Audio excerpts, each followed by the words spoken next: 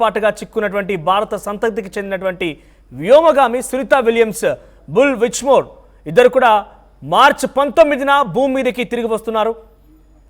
ఇక వారు ప్రయాణించేటువంటి క్యాప్సుల్ అమెరికాలోని ఫ్లోరిడా తీరంలోకి సాయంత్రం 5:57 దిగనుంది. ఆ తర్వాత అక్కడి నుంచి ఒక్కొక్కరిని బయటకు తీసుకువస్తారు. అంతరిక్ష కేంద్రంలో తొలి మానవహిత ప్రయోగాన్ని చేపట్టింది బోయింగ్ సంస్థ. అందులో భాగంగానే స్టార్ లైనర్ స్పేస్ క్రాఫ్ట్ ద్వారా 2024 జూన్ 5న సునీతా విలియమ్స్ విల్మోర్ అంతర్జాతీయ అంతరిక్ష కేంద్రానికి పంపింది.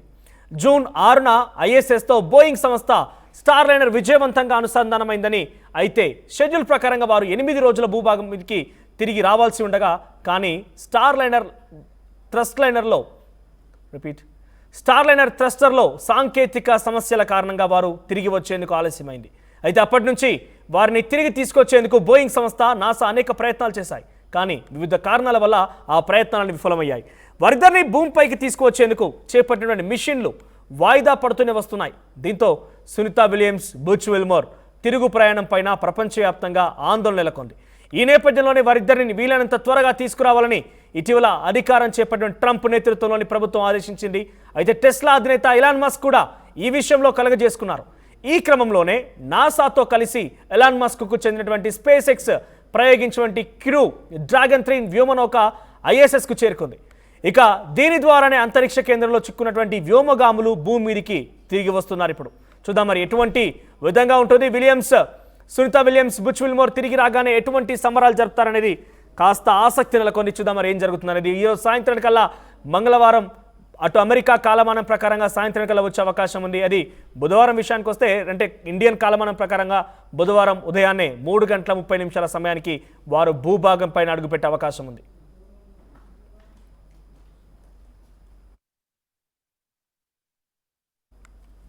కంటిన్యూషన్ అంతా రైట్, రిపీట్ కంటిన్యూషన్. 8 రోజులు అనుకున్న ప్రయాణం వారాలు, నెలలు గడిచి 9 నెలలు అయింది. ఎటకెలకి 9 నెలలు ఎదురుచూపులకి ఎండ్ కార్డు పడింది.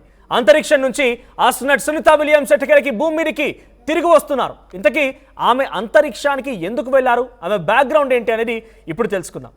వారం రోజుల పాటుగా స్పేస్ వాక్ చేసేందుకు అంతరిక్షానికి వెళ్లారు వ్యోమగామి సునీతా విలియమ్స్.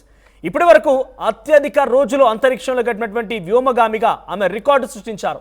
గతేడాది జూన్లో అంతర్జాతీయ అంతరిక్ష కేంద్రానికి వెళ్ళినటువంటి ఆమె మార్చి 19న తిరిగి భూమి మీదకి వస్తున్నారు. ఆమెతో పాటు 9 నెలలుగా అంతరిక్షంలోనే ఉన్నటువంటి మరొక వ్యోమగామి బుచ్ విల్మోర్ను కూడా ఆయన తిరిగి వస్తున్నారు. ఇక వీరికి స్వాగతం పలికేందుకు నాసా సిద్ధంగా ఉంది.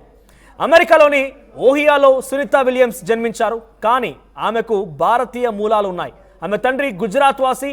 గుజరాత్లో పుట్టిపోయినటువంటి సునీతా విలియమ్స్ తండ్రి దీపక్ పాండ్యా అమెరికాలో న్యూరో అనాటమిస్ట్గా సెటిల్ అయ్యారు. ఇక అక్కడే వివాహం చేసుకున్నారు కూడా. దీపక్ పాండ్యాకు సునీతా విలియమ్స్ ఆఖరి సంతానం. చిన్నప్పటి నుంచే సునీతా విలియమ్స్కు హైకింగ్, కార్ డ్రైవింగ్ అంటే ఎక్కువ ఇష్టం. ఇక అమెరికాకు చెందినటువంటి మైకేల్ జైనా సునీతా విలియమ్స్ను పెళ్లి చేసుకున్నారు. ఇక ఆయన అమెరికా ఫెడరల్ పోలీస్ ఆఫీసర్గా కూడా విధులు నిర్వర్తిస్తూ ఉన్నారు. 2006 డిసెంబర్ 9న సునీతా విలియమ్స్ తన మొదటి అంతరిక్ష ప్రయాణాన్ని చేపట్టారు. తన మొదటి మిషన్లో సునీతా విలియమ్స్ 195 రోజులు అంతరిక్షంలోనే గడిపారు. మొదటి అంతరిక్ష మిషన్తోనే సునీతా విలియమ్స్ అంతరిక్షంలో అత్యధిక సమయం గడిపినటువంటి మహిళగా రికార్డులోకి ఎక్కితే, ఆ తర్వాత అనేక అంతరిక్ష ప్రయోగాల ద్వారా పలు రికార్డులు సాధించారు. తన ప్రయాణంలో సునీతా విలియమ్స్ 7 స్పేస్ వాక్లు చేశారు. ఈ క్రమంలోనే 2024లో బోయింగ్ స్టార్ లైనర్ ద్వారా మరోసారి ఐఎస్ఎస్కు వెళ్లారు సునీతా విలియమ్స్. 2024 జూన్ 5న బోయింగ్ సంస్థ స్టార్ లైనర్ స్పేస్ క్రాఫ్ట్ ద్వారా సునీతా విలియమ్స్ ఐఎస్ఎస్కు చేరుకున్నారు. మరుసటి రోజు ఐఏఎస్తో బోయింగ్ సంస్థ స్టార్ లైనర్ విజయవంతంగా అనుసంధానమైంది. కానీ స్టార్ లైనర్ థ్రస్టర్లు పనిచేయకపోవడం, ప్రొపల్షన్ వ్యవస్థలో హీలియం లీకేజ్ వంటి సాంకేతిక లోపాలతో ఆమె అక్కడే చిక్కుకొని పోయారు. తిరుగు ప్రయాణం పైన అనిశ్చితి పెరగడంతో సునీతా విలియమ్స్ ఐఎస్ఎస్ సిబ్బందితో కలిసిపోయి దాని నిర్వహణ బాధ్యతలు చేపట్టారు. ఇక ఐఎస్ఎస్ కమాండర్గా బాధ్యతలు స్వీకరించిన తర్వాత పరిశోధనలు, ఇతర విషయాలను ఆమె పూర్తిగా చేసుకున్నారు. గత 9 నెలల నుంచి ఐఎస్ఎస్లోనే సహోద్యోగులతో కలిసి దీపావళి, థ్యాంక్స్ గివింగ్ వేడుకలు జరుపుకున్నారు సునీత. అక్కడి నుంచి విద్యార్థులతో చిట్ చాట్ చేసి తన అనుభవాలను కూడా పంచుకున్నారు. ఇక 2025 జనవరి 30న సునీతా విలియమ్స్ తొలి స్పేస్ వాక్ చేశారు.